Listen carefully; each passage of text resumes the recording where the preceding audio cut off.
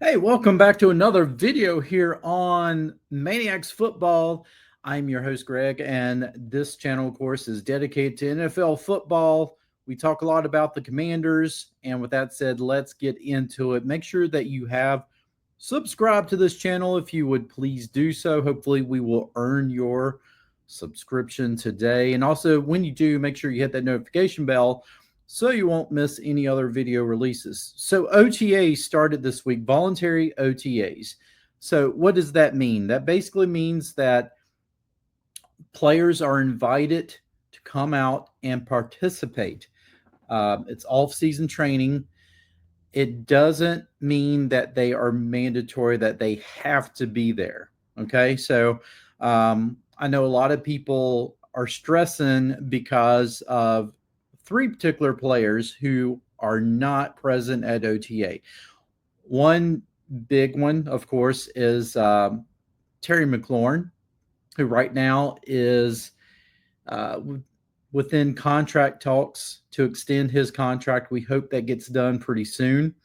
Um, Laramie Tunsil, of course, um, another one who is not present, and Marshawn Lattimore, which I know for some reason right now he's very polarizing amongst the fan base because people feel like, well, he didn't really prove anything to us. He's just he's all hype or whatnot, and he's had some injuries, and he probably likely was not going to be 100% last year as it was. We kept hearing about Lattimore. He's gonna play in this game. Nope, he's not playing. He's gonna play next week. Nope, he's not playing next week. And it seemed like it took forever for him to play. And when he did, you know, fans were not very impressed. But I think a 100% healthy Marshawn Lattimore, I want to see that on the field to really see, okay, is this guy going to be the Marshawn Lattimore that he has been in the past? But not present in OTA. Some people feel like that's kind of a bad message sent. A guy who struggled a little bit coming back from injuries, probably needs all the work he can get, and he's not present at voluntary OTAs. You can make that case, certainly. But certainly the biggest one that we're all looking at is Terry McLaurin, because Terry McLaurin, of course, he's in the contract talks with the team. And, that it's funny how the fan base gets very fickle with some of these guys. Like, I tend to feel like you have a younger fan base that as soon as a player reaches 30, toss them out. I mean, I've seen that a lot on social media. I'm sure that that's not really the majority case, but I've seen a lot of talks about that. If the number one receiver is not the best receiver in the entire league, if they're not talking about that receiver as much as some of the other receivers that are considered like top 5 receivers in the league, then by the time he hits 30, he's gone.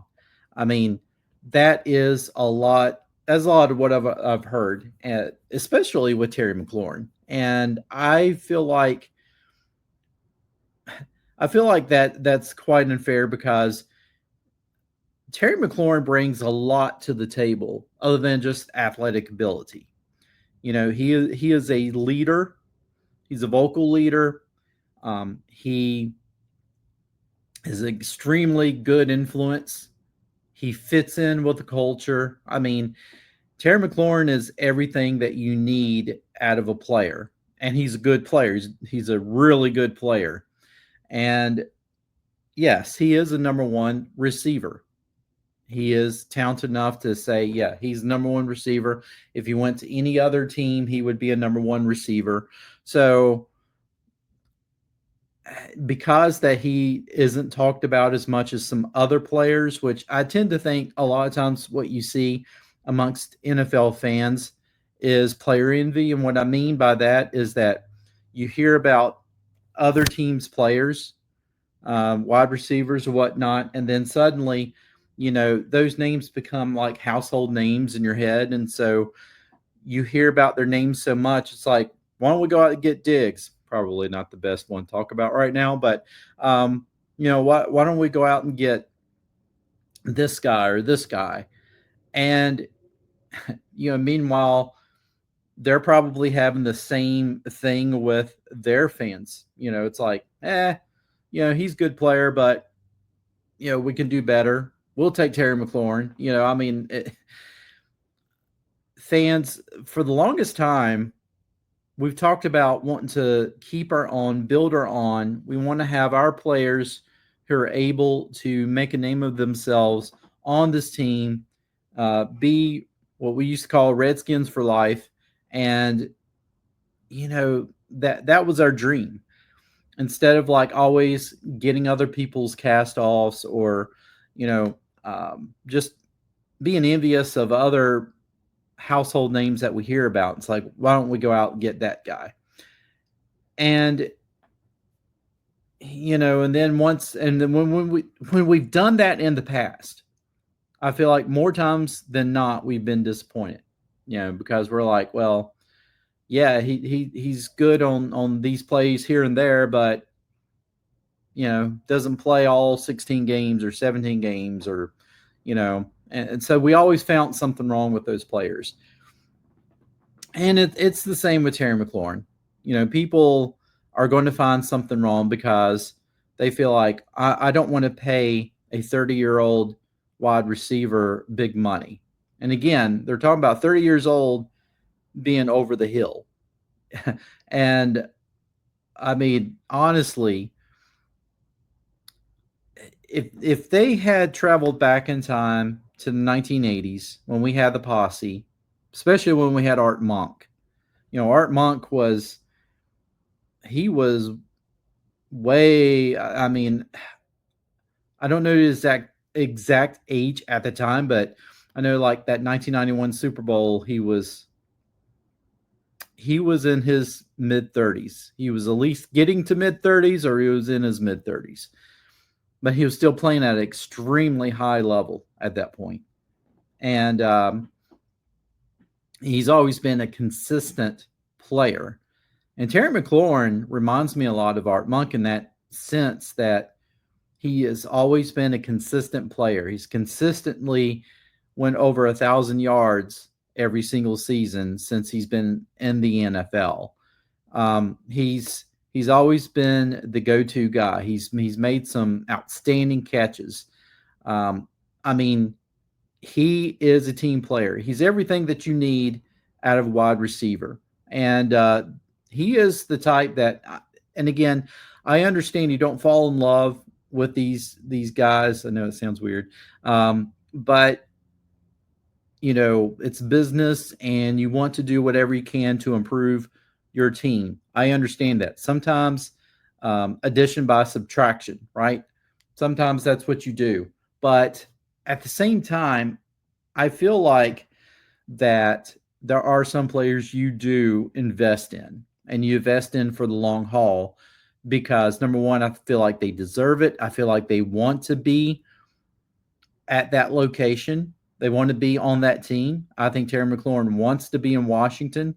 He's not somebody who's always considered, hey, I want to make the most money. Yes, I want a Super Bowl ring.